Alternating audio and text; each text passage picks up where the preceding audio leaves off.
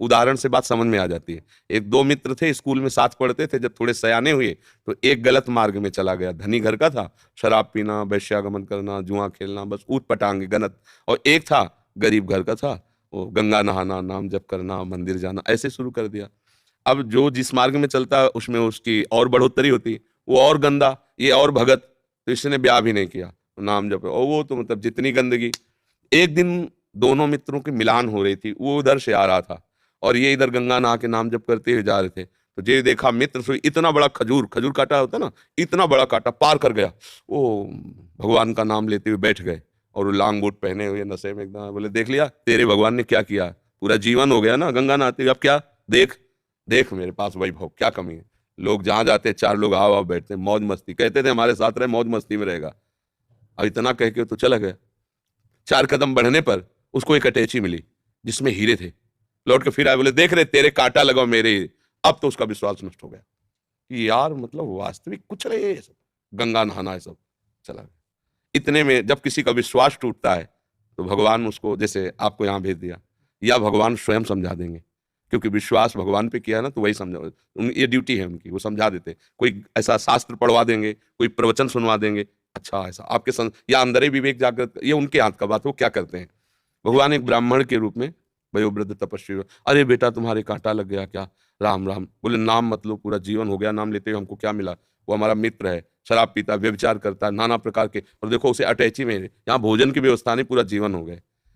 बोले पहले कांटा निकाल लेने दो। भगवान थे, सर से कोई पीड़ा नहीं।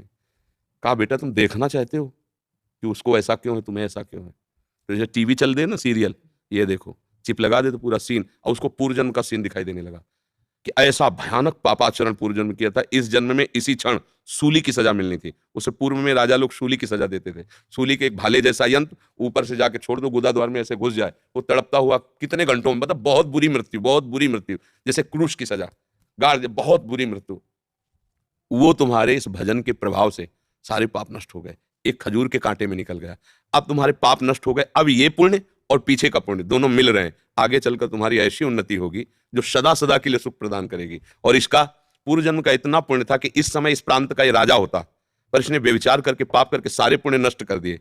अब इसको जो एक अटैची में हीरे जवाहरात मिले, खाली बस समाप्त उसका पुण्य। इसको जहां भोगेगा तहां पूर्व का पाप और अभी का पाप जब मिलेगा तो ऐसे ब्लास्ट होगा कि देखने लायक नहीं रहेगा ये। अब उसको विश्वास हुआ कि हाँ ये बात, बोले तो कभी हम नहीं छोड़ेंगे भजन। बोले हाँ, भजन व्यर्थ नहीं होता।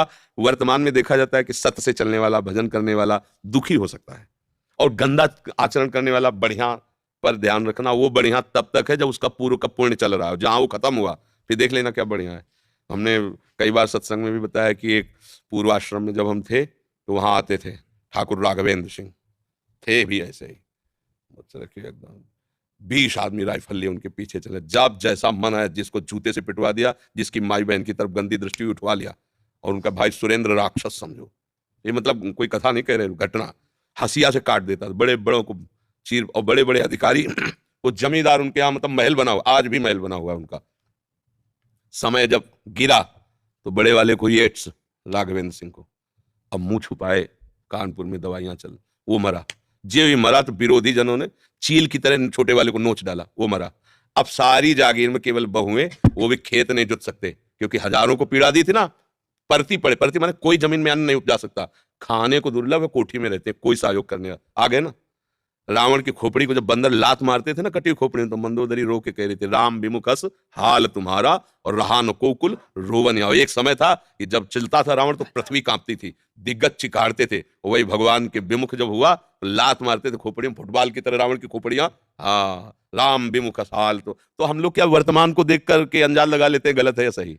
वर्तमान में सही चल रहा है पर बार बार उसको धोखा खाना पड़ रहा है, तो लगता है सही कहाँ है, गलत चल रहा है। और वर्तमान में गलत चल रहा है, बार बार उसकी प्रोग्रेस, उन्नति होती चली जा रही है, ये मार्ग सही नहीं, नहीं भूल नहीं।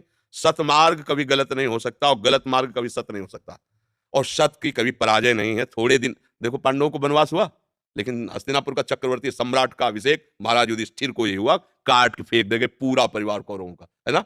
थोड़ी दिन के लिए दुर्योधन दुशासन सब फूल रहे थे, वो बेचारे कष्ट पा रहे थे वन में, लेकिन परिणाम भगवान श्री कृष्ण और धर्म जिसकी तरफ है, जय उसी। तो थोड़े दिन कष्ट मिलना कोई मतलब बुरी बात नहीं, परिणाम बढ़िया हो ये बात देखें। थोड़े दिन मौज मस्ती हो, परिणाम तो फिर परिणाम। अब मौजे मस्ती में तो जेलें भरी हैं, ये जेल काहे भरी है, यही भरी है।